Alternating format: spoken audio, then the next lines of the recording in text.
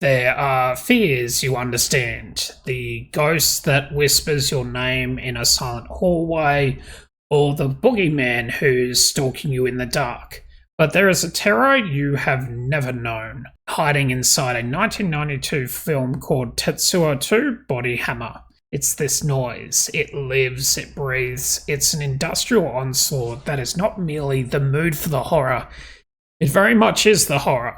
This is not a melody written to make your heart beat faster. No, this is a sonic entity that wants to do you harm. It's the shriek of metal tearing through living flesh, the grinding of concrete as it pulverizes bone. It's the sound of a man's soul being violently torn out and replaced by something of rust and wire. You've been told a comforting lie your whole life, that the greatest film scores are the ones you never notice, a gentle hand guiding your emotions, a ghost in the machine you were never meant to see. But Tetsuo II finds that ghost, drags it into the light, and lets it burn that lie to the ground. Its score, a nightmare of industrial chaos forged by the composer Chu Ishikawa, is an active and hostile presence.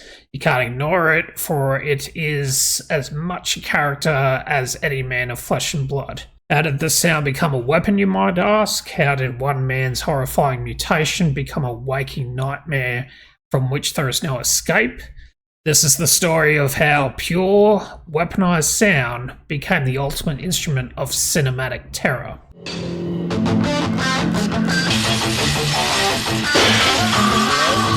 Now, to understand the malice of the Body Hammer soundtrack, you must first descend into the haunted world that birthed it. The Japan of the late 80s and early 90s was a land possessed by its own reflection. All you gotta do is watch some of their creepy animes from back then. Its economic miracle had given birth to a hyper-modern monster, a Tokyo that clawed at an infinite metallic sky.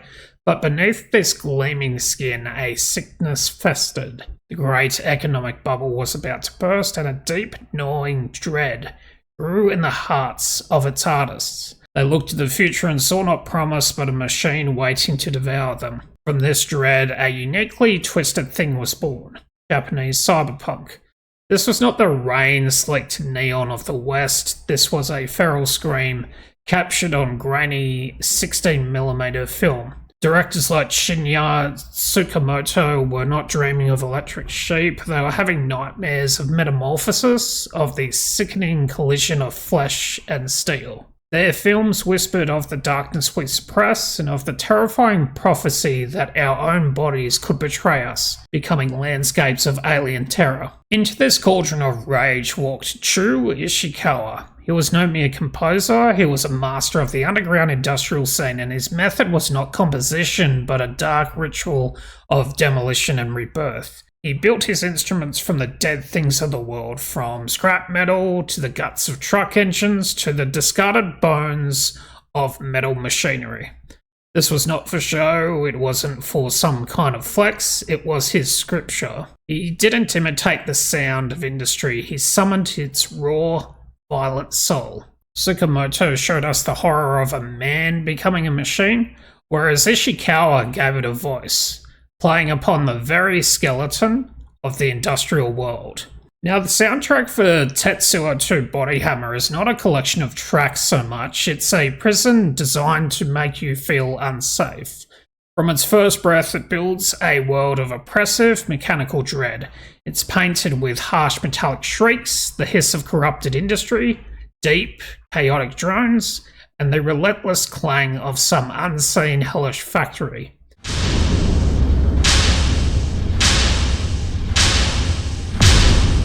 Roger Ebert felt the film's curse, calling it heavy metal punk cyber surrealism, and warning that the soundtrack was insidious and hypnotic. That hypnosis is a trap.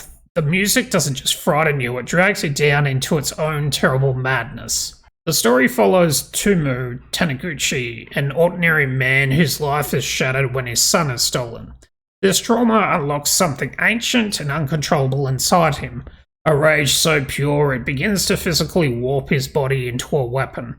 It's here that Ishikawa's score awakens. The music is no longer just sound, it's the voice of Taniguchi's suppressed fury made manifest. As Taniguchi's humanity cracks and falls away, the score grows more predatory. The rhythms become frantic and punishing. The tracks feel less like music and more like the inner workings of an infernal machine about to tear itself apart. Ishikawa weaves industrial noise with seizures of pure mania, a perfect mirror for the chaos within, and the gruesome changes violating the body. You hear the screech of metal on metal, and you can no longer tell if it comes from a factory floor or from inside Taniguchi's own chest. And this is the score's dark magic. It erases the boundary between the world outside and the horror within. The pounding city and the mutating man become one, a single entity of pain and of fury. The sound is an antagonist, an assault that drowns you. It's the very air of this brutal world, and with every breath, you feel the rust forming in your own lungs.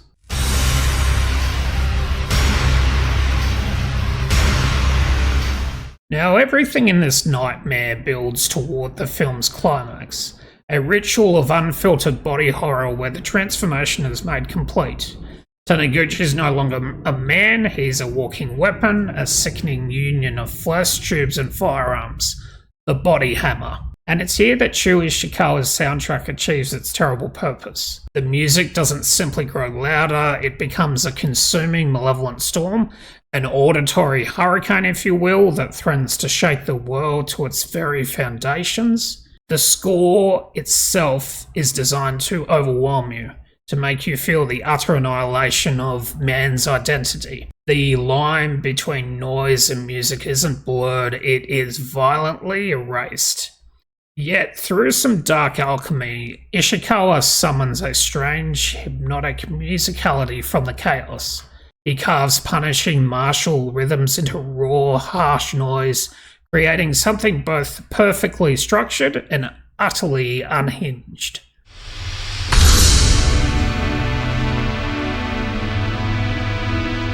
It's a sound both repulsive and seductive, pulling you deeper into its destructive trance. You feel the character's loss of control because the music itself feels possessed, as if a gate to some mechanical hell was kicked open, letting the sound pour, screaming, into our world and our reality. This is what makes the soundtrack an act of pure industrial terror. It doesn't tell you about the horror, it very much is horror incarnate. The final transformation isn't something you just see, it's a sonic event that you experience. The crushing weight of the industrial beats, the searing heat of the metallic wails, it all conspires to make you, the listener, feel the agony, the rage, and the terrifying ecstasy of that final monstrous birth. The soundtrack of Tetsuo II's Final Victory is that it doesn't just let you watch a man become a weapon, it makes you feel the plates of steel bolting themselves to your very bones. Now, in the haunted history of film music, the score for Tetsuo II Body Hammer remains an artifact of shocking brutality. It is very much transgressive. Chu Ishikawa didn't just write a soundtrack, he forged a weapon, one that very much mutates your soul as you witness it.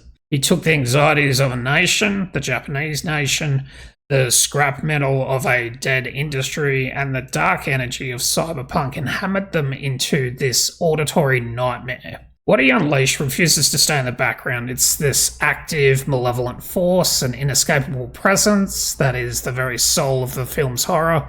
It's the definitive proof that music can be more than just a mood. It can be the aggressor, the antagonist, if you will. It can be a thing that challenges, assaults, and utterly possesses before destroying its audience. The strange and terrible beauty of Ishikawa's work is this dark miracle. He found a hypnotic, rhythmic pulse in the ugliest of noises, transforming industrial chaos into a symphony of rage.